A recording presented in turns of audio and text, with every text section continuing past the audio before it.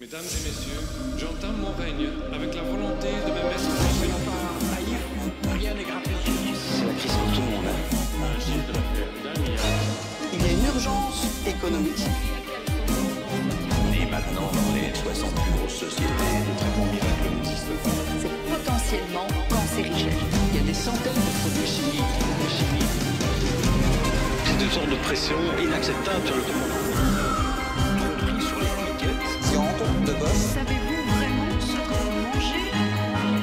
Je ne veux plus, dans notre pays, Je ne vous cache pas un réel malaise. Bonsoir à toutes et à tous. Armes, drogues et alcool sont au programme de Questions à la Une ce soir. Voici notre sommaire. Les armes à feu font régulièrement la une de l'actualité. Mais sait-on combien de Belges en possèdent et surtout sont-elles contrôlées correctement? L'alcool est omniprésent dans notre vie. C'est la seule drogue dure socialement acceptée, voire même recommandée. Comment en est-on arrivé à cette aberration pour la santé? Enfin, enquête sur les nouvelles drogues de synthèse qui font des ravages parmi les jeunes. On n'a jamais autant parlé d'armes à feu depuis les attentats. Charlie Hebdo, Paris, Bruxelles, à chaque fois, on évoque les armes de guerre détenues illégalement par les terroristes. Mais dans l'enquête qui va suivre, nous allons aussi nous intéresser aux armes que les citoyens conservent chez eux. En Belgique, 780 000 armes sont enregistrées officiellement, mais les experts estiment que notre pays compterait autant d'armes illégales. Des armes oubliées, cachées ou volées. Des chiffres inquiétants qui ont poussé notre journaliste Daniel Welter à enquêter pour répondre à cette question. Les armes, un business comme un autre ?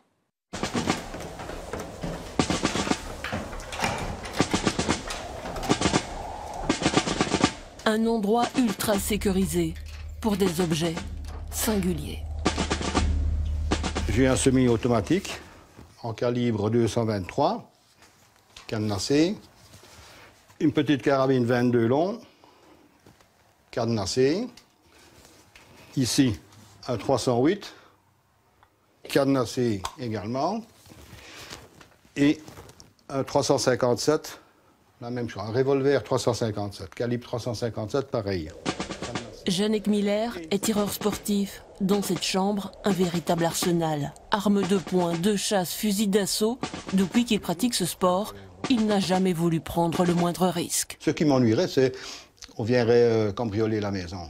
Oui, mais là, c'est déjà fermé, ce qui est bien. Pour chaque arme, il lui faut une autorisation. Et pour pouvoir tirer, un certificat de bonne vie et mœurs. Le feu vert de la police, du gouverneur et de sa femme. J'ai une femme qui est gentille, elle veut bien, donc il n'y a pas de souci. Direction, le stand de tir, l'ancien fort de Flémal. La Belgique compte 40 000 tireurs sportifs. Des passionnés, des policiers qui doivent s'entraîner, des détenteurs d'armes obligés de s'affilier dans un club pour pouvoir les conserver. Ici à Flémal, avec 400 adhérents, on affiche complet. Ce soir-là, Jannick Miller teste sa nouvelle arme, un Six Hour, un bijou de 2000 €, un fusil d'assaut semi-automatique.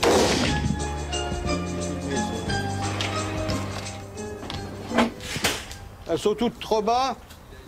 Vu qu'elle est neuve, je dois encore régler la visée. Un fusil d'assaut type Kalachnikov dans un stand de tir, nous sommes interpellés. En fait, si le fusil d'assaut full automatique est interdit, le semi-automatique est autorisé et on nous invite d'ailleurs à le tester. Ce sera un modèle proche de la R15, l'arme utilisée dans la tuerie d'Orlando. Très derrière.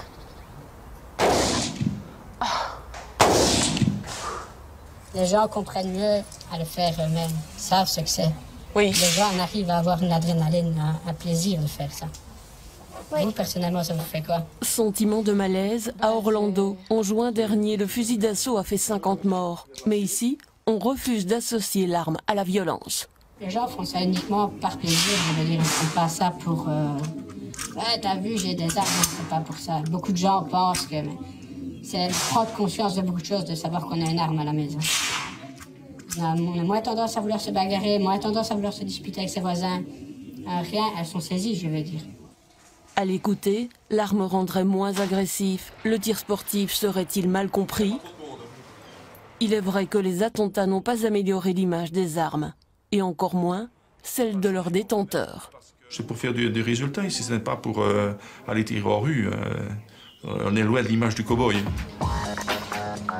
Pas des cow-boys, seulement des sportifs. Mais qui détient véritablement les armes en Belgique? Si vous voulez, faisons de la pétanque à feu. Sous quelles conditions? Un chasseur qui n'est pas en règle, ça n'existe pas. Comment sont-elles contrôlées? Ici, on bricole. Quel type d'armes? Se procurer, par exemple, une Kalachnikov, non, ce n'est pas facile du tout. Les armes, c'est comme la drogue, il y en aura toujours, il y en aura partout. Combien d'armes en circulation? Le nombre d'armes illégales est impossible à évaluer, tout simplement parce qu'elles sont illégales. Depuis les attentats, elles semblent omniprésentes, en rue, à la télé. Mais au fond, comment se porte le marché? L'idée que les gens se font du marché de l'arme est une idée totalement fausse.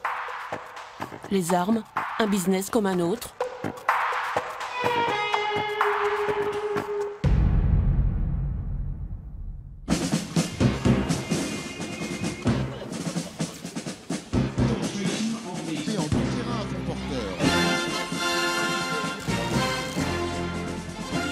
Mouvement de troupes, véhicules de combat et blindés en action.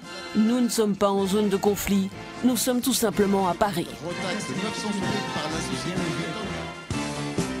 Le Scorpion présenté ici est équipé d'un système de caméras gyrostabilisées Tracas Integrate Optronic Solutions. À la mi-juin, l'Euro de foot vient à peine de commencer, avec des mesures de sécurité hors normes. Et au même moment, à quelques kilomètres de là, se tient Eurosatory, le salon international de la défense et de la sécurité.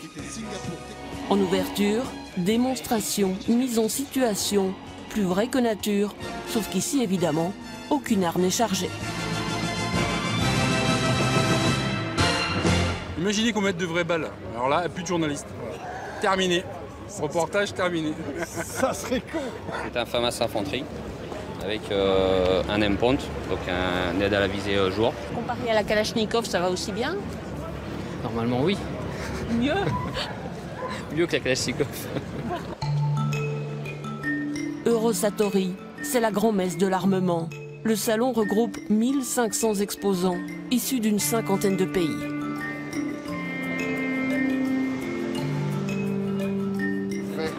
C'est un petit pistolet compact, une arme de poing très fiable.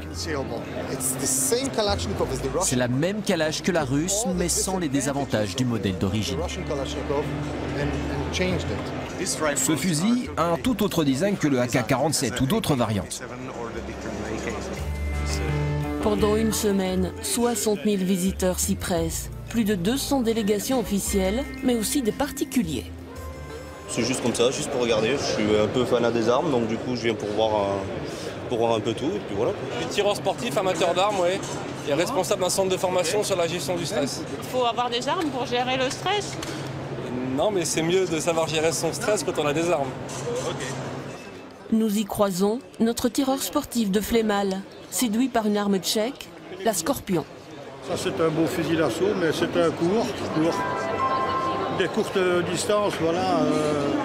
Regardez bien, en quelques secondes, il devient ambassadeur de la marque. Le fabricant lui offre une casquette pour en avoir parlé face caméra. Nous savons qu'il n'a dit que du positif à propos des armes que nous présentons ici. En fait, ici, c'est comme au salon de l'auto. Il faut y mettre le paquet. Niveau image, niveau marketing. Alors les fabricants sortent le grand jeu. Hôtesse, nouvelles tendances, nouvelles technologies. Des petits cadeaux. On vous promet du rêve, pour un monde plus sûr. C'est pas pour les terroristes, c'est pour les good guys, les braves gars, les policiers, les soldats. C'est pour notre sécurité. Personne n'est dupe, il y a toujours une solution. Votre jambe a explosé sur une mine? Voici le garrot révolutionnaire. Ceci est plus réaliste que tout ce que vous pouvez utiliser pour vous entraîner. L'armement et tous ses dérivés, c'est un marché colossal. Mais ici, on ne vous donnera pas de montant sous prétexte que rien ne se vend. Seul compte, les contacts. Non, moi je vais pas parler tant qu'il y a des micros. Allez. Alors j'arrête la visite. À l'image du ministre français de la Défense, les fabricants cultivent le secret. Ils n'aiment pas les questions qui dérangent. Ici, il faut éviter de parler de tuerie. Hier, là, à Orlando, il n'avait pas un fusil comme ça? Rien à voir. J'étais pas là-bas. Bah non, nous non plus. je me méfie des journalistes. C'est vrai? Ouais. Pourquoi? Parce que vous déformez tout ce qu'on dit. C'est vrai? Ouais. Qu'est-ce qu'on peut déformer en fait ici? L'arme ne doit pas être associée à une image négative. C'est le mot d'ordre. Même notre fabrique d'armes nationale, la FNR Stahl, détenue à 100% par la région wallonne, n'est pas très chaleureuse avec nous. Aucune interview avec la presse, rien du tout. Ici, on est juste toléré. On peut quand même filmer vos armes? Oui, si vous ne prenez pas de tout près, si vous ne démontez pas tout. Oui. Ah oui, non, on ne va pas tout démonter. Jamais pourtant les résultats de la FN n'ont été aussi bons. Près de 800 millions d'euros de chiffre d'affaires l'an dernier. Et ça cartonne aussi pour CMI Défense et ses tourelles de canon Cockerill, qui vient de signer un contrat record. On a vendu cette série 3000 dans différentes variantes, en plusieurs dizaines d'exemplaires, à un pays du Moyen-Orient, qui est l'utilisateur final. L'Arabie Saoudite. Un pays du Moyen-Orient. Pour un montant de... Pour un montant. Discrétion étonnante, le contrat de 3,2 milliards a déjà fait polémique en sortant dans la presse l'hiver dernier. En cause, le destinataire final, l'Arabie Saoudite, qui fait de la Belgique le premier exportateur d'armes vers le Proche-Orient. En 2015, les dépenses militaires globales de la planète étaient estimées à 1676 milliards de dollars, selon l'Institut international de recherche pour la paix de Stockholm. Record absolu.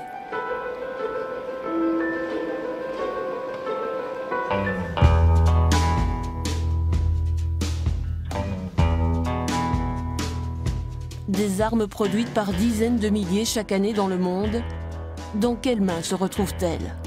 La Belgique compte près de 780 000 armes à feu, officiellement déclarées. On les retrouve principalement dans la police, l'armée, chez les tireurs sportifs, les collectionneurs, les chasseurs. Ça, c'est ma carabine d'affût. Ce soir-là, Jean-Louis Caillot et un ami ont décidé de chasser le sanglier. Avec la pluie, on ne voit pas les traces. Là, ça, c'est des petits marcassins, tu vois. Donc il y a encore souvent une mère qui traîne avec des petits. La Belgique compte 24 000 chasseurs, souvent par tradition. Chez Jean-Louis Caillot, on chasse de père en fils.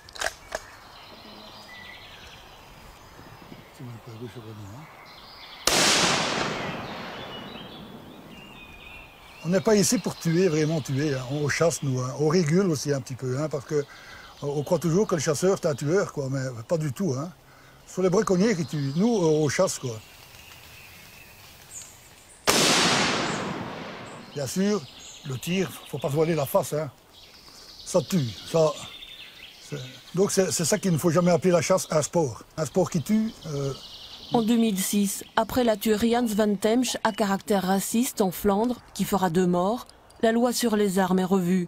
Elle oblige dorénavant tous les détenteurs d'armes à la déclarer, à commencer par les chasseurs. Quand on a un permis de chasse, moi je ne suis pas d'accord. Bon, elles sont déclarées, de toute façon elles sont déclarées.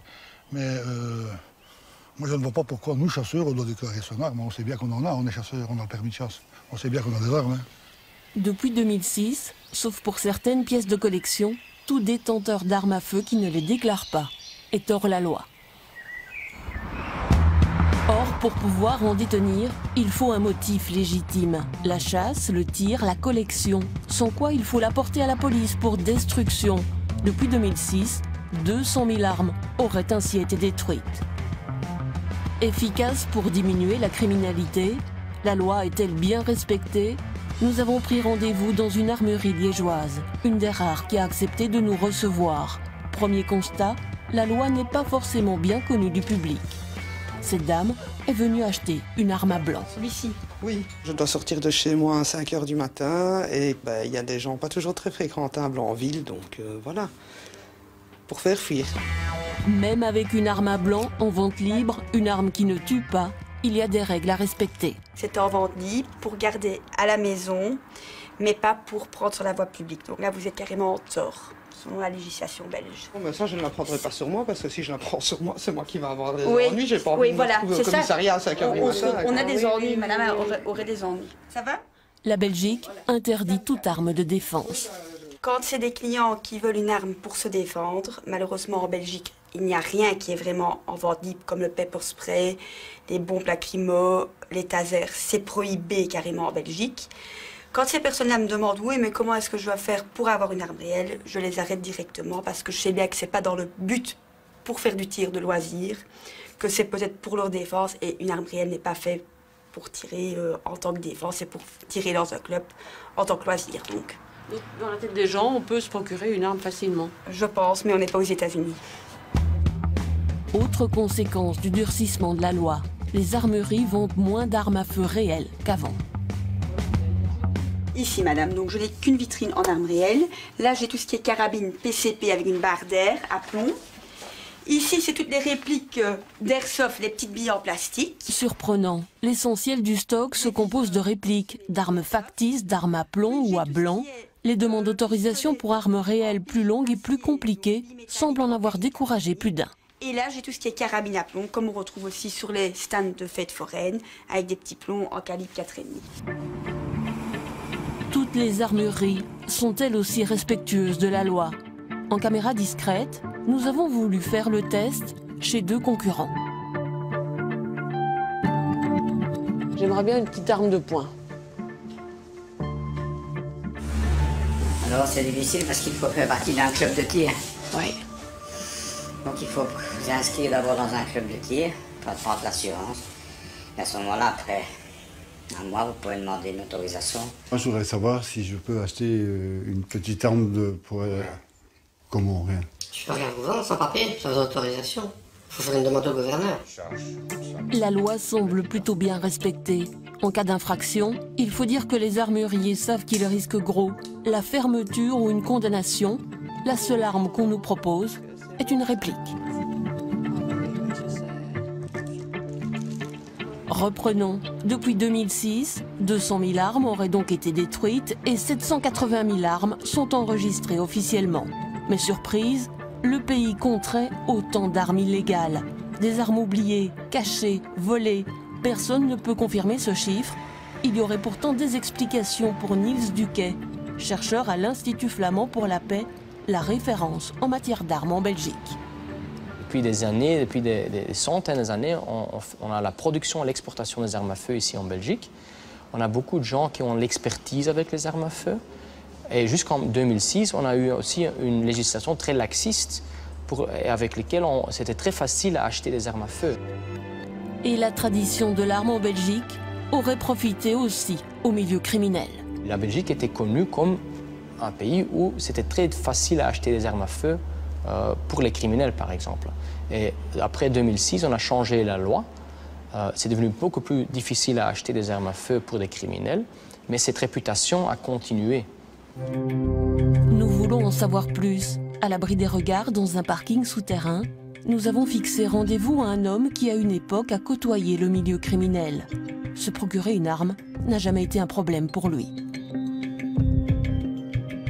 Oui, il est facile lorsqu'on est introduit dans un certain milieu, il est facile, ouais. Mais lorsqu'on n'est pas introduit? C'est plus dur. Si vous restez 2 mois en prison et que vous êtes quelqu'un de, entre guillemets, respectable pour les prisonniers, à votre sortie, vous aurez plusieurs contacts pour trouver soit de la drogue, des armes, ce que vous voulez. Mais il y a des endroits bien précis. Oui, bien sûr. Il y a des armes qui se vendent derrière des cafés, aussi bien à Bruxelles, à Liège qu'à Charleroi, à Anvers aussi. Sans compter qu'un autre facteur serait venu gonfler le marché des armes illégales, c'est la loi elle-même. François Dubois est collectionneur. Il a une passion toute particulière pour le tir. Quand nous allons au stand de tir, eh bien, on essaye de voir avec aussi bien les armes à un coup que les armes à répétition, que les armes automatiques, ce qu'on arrive à faire. Si vous voulez, faisons de la pétanque, mais de la pétanque à feu. Ben oui, c'est tirer, ce n'est que ça. En 2006, il a reçu la visite de détenteurs d'armes qui, avec la loi, ne savaient plus que faire de leurs fusils. Trop de contraintes fait que les gens s'affranchissent des contraintes. Le meilleur exemple que j'ai donné, c'est ceux qui ne peuvent pas me revendre. Je ne peux pas faire réapparaître légalement une arme qui n'est pas en ordre. Et où vont-ils alors? J'ai dit, ils ne vont pas chez les terroristes, ils ne vont pas dans le banditisme. Ils vont chez des gens moins scrupuleux que moi, qui vont les reprendre pour avoir une arme au mur. C'est comme ça que ça... Et après, où vont-elles? Elles peuvent être l'objet de cambriolage ou des choses comme ça. Cette même loi, et c'est plutôt rassurant, a obligé la police à multiplier les contrôles. Mais il y a 2 ans, 7 policiers sont venus inspecter ces armes pendant 14 heures. Et le résultat est surprenant. L'année suivante, donc il y a un peu moins d'1 an maintenant, on revient chez moi et on dit, écoutez, un peu gêné, on a perdu votre dossier. On recommence. Alors là, je dois dire que j'ai pris ma plus belle plume, j'ai écrit au commissaire, avec élégance et courtoisie, pour lui dire que ce n'était pas possible de diriger une pagaille pareille. Et alors les 2 policiers sont revenus tout penauds en disant, écoutez, oui, vous avez raison, on va juste revérifier 3-4 choses pour la forme, et puis c'est bon comme ça. Ce n'est pas tout. Des fonctionnaires sont également chargés de retranscrire dans un registre central des armes tous les numéros d'identification. Encore faut-il le faire correctement. Quand c'est écrit en hébreu ou en cyrillique, ce n'est apparemment pas évident. Il y a une lettre dans l'alphabet cyrillique qui ressemble un peu à un X avec un petit tiret de plus. Et ça signifie J en russe. Eh bien, dans tout le registre, ça devient X, puisque ça ressemble à un X. Comment voulez-vous la retrouver? Voilà qui est plutôt étonnant.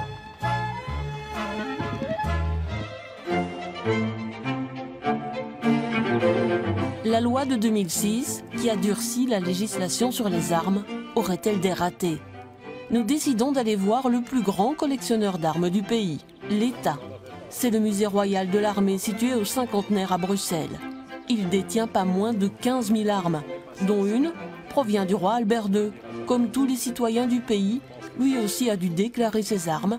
Il a préféré céder celle-ci au musée. Alors voilà, en 2006, on est contacté par le palais pour nous offrir cette carabine FN Takedown qui a appartenu à Albert lorsqu'il était encore prince de Liège. Très belle petite carabine. Ce jour-là, le conservateur reçoit un de ses amis, un ancien commissaire de police. Les 2 hommes sont très critiques vis-à-vis de la loi de 2006 et de celles qui ont suivi. Car à chaque tuerie, à chaque incident, la loi est réajustée. Exemple en 2013, après la tuerie de la place Saint-Lambert à Liège qui a fait 5 morts. Quand on pense l'affaire Arhamni à Liège, voilà une personne qui tire dans la foule et lance des grenades avec des armes automatiques totalement illégales. Et quelle est la réaction qui est prise? On supprime la liste des armes en vente libre. Mais aucune de ces armes n'a été utilisée ce jour-là. Une fois encore, on s'est trompé de cible. Il faut œuvrer, il faut travailler sérieusement et pas chaque fois sous le coup de l'émotion. Pas chaque fois parce qu'on peut gagner éventuellement quelques voix aux prochaines élections ou on risque éventuellement de perdre quelques voix aux prochaines élections. C'est pas comme ça qu'on doit travailler. Dans la foulée de la nouvelle loi de 2013, 660 armes anciennes de collection jusque-là en vente libre seront soumises à autorisation. Le commissaire écrira même un livre pour aider la police à s'y retrouver. Même s'ils ne l'avouent pas, mais ils l'ont dans leur poche, cet ouvrage, quand ils font les bourses et quand ils vont faire leurs perquisitions. C'est évident. Dorénavant, pour les armes de collection, c'est la date de fabrication qui compte. Oui, voilà par exemple un revolver Saint-Étienne, calibre 8 mm. C'est le modèle 1892. Or, la date pivot de la loi, c'est 1895. Donc ce revolver a été fabriqué en 92, 93, 94. Ces modèles-là, ces armes-là, qui ont eu la chance d'être fabriquées durant ces 3 premières années, sont en vente et détention libre. Par contre, celui-ci, totalement identique, qui a été fabriqué en 1922, il est soumis à autorisation. Quelle est la différence avec l'autre? Aucune. Cette loi n'est plus applicable telle qu'elle est aujourd'hui. Elle est trop compliquée pour tout le monde. Elle est trop compliquée pour l'honnête citoyen, bien sûr, mais pour les gens de terrain que sont les policiers et également pour les magistrats. Les avocats ne s'y retrouvent même plus. La police fédérale n'a pas souhaité nous accorder d'interview sur les armes. Du côté des magistrats, c'est le président du tribunal de Bruxelles qui nous reçoit au greffe, là où on enregistre tout PV et pièces à conviction. Les données de chaque objet qui entre au palais de justice sont en principe minutieusement encodés dans un ordinateur. Et donc là c'est transmis par les machines. Oui, ça je... Surprise, l'exercice en apparence plutôt simple peut se révéler compliqué. Les systèmes informatiques ne datent pas d'hier, mais surtout ils ne communiquent pas forcément entre eux. Plutôt gênant quand on voit les objets enregistrés. Ils pourraient communiquer et ils sont pleins de bonnes intentions. Le problème, c'est que techniquement, ça ne marche pas. Le système informatique d'encodage au niveau de la police n'est pas compatible avec le nôtre, ce qui veut dire qu'il faut refaire l'opération au moment du dépôt du greffe. Ici, on bricole. Ce qui peut poser un problème, parce qu'une arme peut être déposée dans un autre arrondissement, elle peut éventuellement avoir un lien avec une arme qui est déposée ici, et ça, le système ne permet pas d'établir ce lien. Manque de communication informatique entre parquets et entre la justice et la police. Interpellant, surtout quand il s'agit d'armes de chasse, mais aussi d'armes de guerre. C'est sûr que d'avoir des militaires en rue, c'est bien, mais savoir qu'il suffit d'introduire un numéro d'identification d'une arme dans un système pour tout de suite voir les ramifications ou les liens qui peuvent être faits au départ de l'arme serait une avancée considérable. En attendant, c'est le milieu criminel qui profite de ce manque de moyens, tout comme il profite des failles de la loi. Exemple parmi d'autres, les chargeurs de fusils d'assaut sont en vente libre en Belgique. Et ça, c'est un des trous peut-être dans le contrôle sur les armes à feu. Les fusils automatiques sont interdites, mais tu peux encore acheter des semi-automatiques et tu peux aussi acheter des chargeurs, plein de chargeurs. Lors des attentats de Bruxelles, des terroristes se sont procurés des chargeurs de Kalachnikov en toute légalité. Les armes, elles, provenaient de l'Est. Moi, je connaissais quelqu'un qui achetait des Kalachnikov à 50 € pièce dans les pays de l'Est et qui les ramenait via une voiture propre, donc une voiture louée. Et ça passait comme dans du beurre. Les criminels utilisent les frontières nationales contre nous. Et ça veut dire que si on doit faire quelque chose, si on peut faire quelque chose contre ça, ça veut dire qu'on doit travailler ensemble en Europe. C'est pas seulement le problème belge. Mais sans coopération européenne efficace, les armes de guerre continueront à être rapatriées des pays de l'Est pour alimenter les réseaux criminels et terroristes, des réseaux très liés. Nous décidons de remonter ce qu'on appelle la route des Balkans, direction Belgrade, à seulement 2 heures de Bruxelles en avion. La Serbie qui se remet doucement de la guerre d'ex-Yougoslavie des années 90. En témoignent les vestiges sur les murs. Aleksandar Vasovic est journaliste serbe. Il a couvert le conflit. Il nous explique pourquoi autant d'armes proviennent des Balkans. Vous avez eu la guerre de Yougoslavie qui a commencé en 1991, où l'Est n'a pas seulement armé les militaires et les forces de police, mais ils ont aussi armé différentes milices. Les dépôts d'armes militaires ont été pillés et les armes ont été distribuées aux civils et aux milices.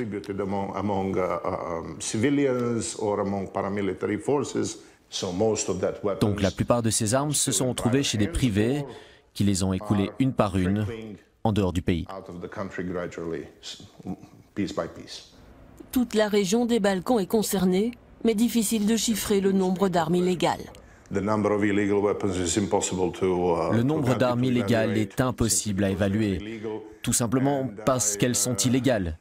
Et la police estime qu'elles sont partout dans le pays, entre 90 000 et 200 000 pièces détenues de manière illégale.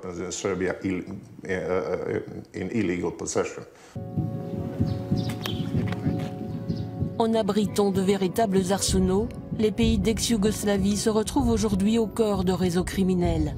Des réseaux bien organisés qui acheminent discrètement, mais régulièrement des armes jusqu'en Belgique. Ce sont surtout des fusils d'assaut.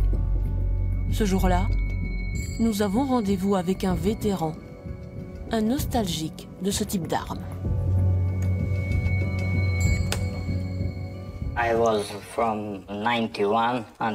J'étais sur plusieurs fronts entre 91 et 99 jusqu'à la fin de la guerre. En Croatie, En Bosnie, j'utilisais surtout des Kalachnikov. Elles étaient disponibles, fiables, tu te sentais en sécurité.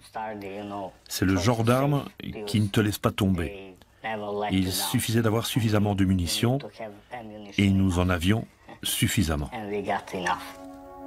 À la fin du conflit, il nous confirme qu'une partie des armes utilisées se sont volatilisées.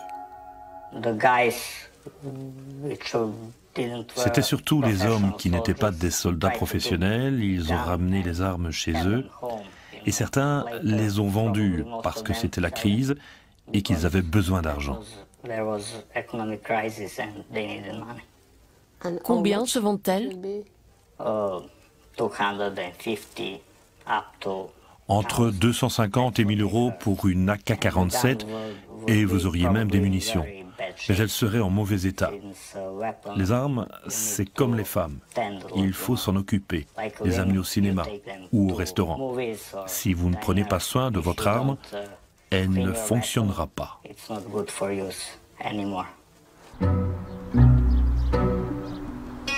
Dans les Balkans, il n'y a pas que la Kalachnikov. Il y a aussi tous les autres modèles de type Kalachnikov. Car avant la chute du mur de Berlin, la plupart des pays de l'Est avaient leur propre usine. Ici en Serbie, elle existe toujours et c'est Zastava, l'un des fleurons de l'industrie serbe aujourd'hui encore.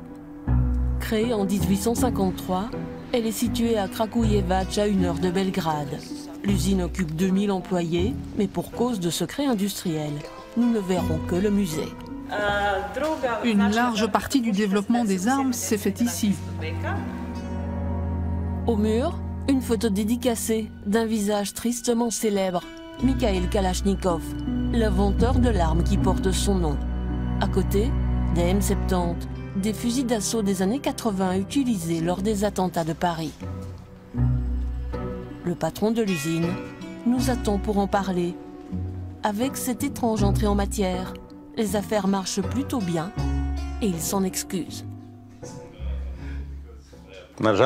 Je suis désolé. Depuis 2 ou 3 ans, nous produisons de plus en plus d'armes, surtout pour le marché militaire. Je suis désolé. Mais rien ne peut être produit ou exporté sans l'autorisation du gouvernement serbe. Compliqué pourtant, car une partie de ces armes se sont retrouvées dans les mains des terroristes. À Paris, on a retrouvé le même pistolet que celui qu'on exporte aux États-Unis. Exporté en 2013, c'est un modèle semi-automatique que tous les Américains peuvent posséder s'ils ont l'autorisation. Des États-Unis, le pistolet est alors arrivé jusqu'à Paris.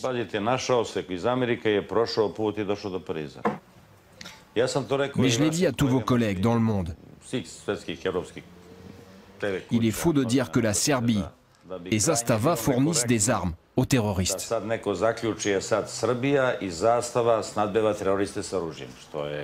Malgré un discours rodé, on note un malaise, un sentiment d'impuissance. Les contrôles, aussi nombreux et sérieux qu'ils soient, ne peuvent rien face aux trafiquants. On peut contrôler du mieux qu'on peut, mais il ne faut pas oublier qu'une guerre n'est pas menée par des armes, mais par les gens qui les détiennent. Au moins 7 armes de Zastava ont été utilisées ou découvertes lors des attentats de Paris en novembre dernier. Des armes anciennes, issues de la guerre en ex-Yougoslavie, mais aussi des armes plus récentes. Mais Zastava n'est pas la seule entreprise dont les armes se retrouvent dans les mains des terroristes. La FN Herstal aussi, mais ses responsables n'ont pas voulu nous recevoir. À Belgrade, nous décidons de rentrer en Belgique en bus pour tester les contrôles aux frontières. Dans notre sac, nous déposons une arme factice, un jouet. Notre bus quitte Belgrade pour la Croatie, puis la Slovénie. Il emprunte la fameuse route des Balkans, la route des trafiquants. Premier ralentissement, à l'approche de la frontière serbo-croate. Des dizaines de camions attendent sur le bas-côté. Des gardes des postes frontières y recherchent des migrants. Puis ce premier contrôle. Pour quitter la Serbie, un policier vient chercher nos passeports. Il nous les rendra 5 minutes plus tard. Rien à signaler. Certains coffres sont contrôlés, de manière aléatoire. 500 mètres plus loin, nous entrons cette fois en Croatie. On nous demande de sortir du bus pour présenter nos papiers. Pendant ce temps, la soute est contrôlée une nouvelle fois, sommairement. Avant notre départ, un policier monte à bord. L'ambiance est plutôt détendue.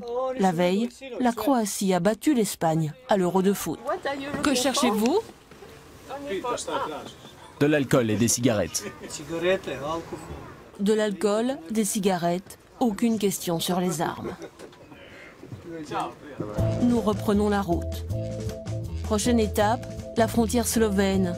Nous nous préparons à un contrôle plus approfondi car nous entrons dans Schengen. À la frontière, on nous demande de descendre du bus pour vérification des passeports. Les soutes sont ouvertes, mais pas nos bagages. Notre voisin se moque de ce genre de contrôle qui, à ses yeux, ne sert à rien. Ici, à la frontière, on reçoit seulement un tampon. J'en ai tellement que j'ai dû changer de passeport parce qu'il était plein de tampons. Nous reprenons le bus. On s'attendait à des contrôles plus longs et plus sérieux. La route des Balkans est connue par la police pour véhiculer quantité d'armes de l'Est à l'Ouest. Dans le bus, on nous confie que les trafiquants préfèrent désormais la route vers l'Ukraine. Arrivés à Ljubljana, en Slovénie, nous quittons le bus après 8h30 de trajet. Jamais notre sac n'a été inspecté, notre arme factice est passée complètement incognito. Mais faut-il vraiment remonter la route des Balkans ou de l'Ukraine pour se procurer une arme? Peut-être pas. Nous sommes à la bourse aux armes de Sinaia, la bourse Militaria. 2 fois par an, elle rassemble 550 exposants. Et ici, les armes sont en vente libre. Il n'y a pas besoin de permis pour vous acheter une arme. Bah non, a priori non. Parce que ce sont des armes de collection. C'est des armes de collection, des armes de panoplie comme vous dites chez vous. Et je ne suis pas censé tirer ou tuer quelqu'un avec. Ah bah, la nature humaine étant ce qu'elle est, vous êtes seul responsable de l'utilisation que vous en faites, madame. Je pourrais quand même tuer quelqu'un avec. C'était fait pour, hein, ça reste des armes. Avec 12 000 visiteurs en un week-end, c'est l'une des plus grandes foires d'Europe. Et on y vient de loin, comme ces Russes qui ont fait le déplacement exprès. Dans ces grandes foires, évidemment que c'est très intéressant parce qu'on peut négocier les prix. Et en Belgique, on trouve les lois les plus libérales d'Europe pour la vente d'armes. Il y a beaucoup de modèles qui se vendent ici librement et qui ne se vendent pas en Allemagne. Drôle de réputation, car ici ce sont surtout des collectionneurs passionnés par le bel objet. Mais pas question pourtant de leur vendre n'importe quoi. Les armes neutralisées, celles qui ne peuvent plus tirer, intéressent moyennement. Imaginez que vous collectionnez les voitures, on vous détruit le moteur, on vous casse le pare-brise et on coupe le pédalier. Ça revient à peu près à ça. Nous cherchons à acheter une arme sans autorisation. Pas de problème donc pour les armes de collection comme ce Nagant de la poste suédoise de 1887, si ce n'est peut-être le prix.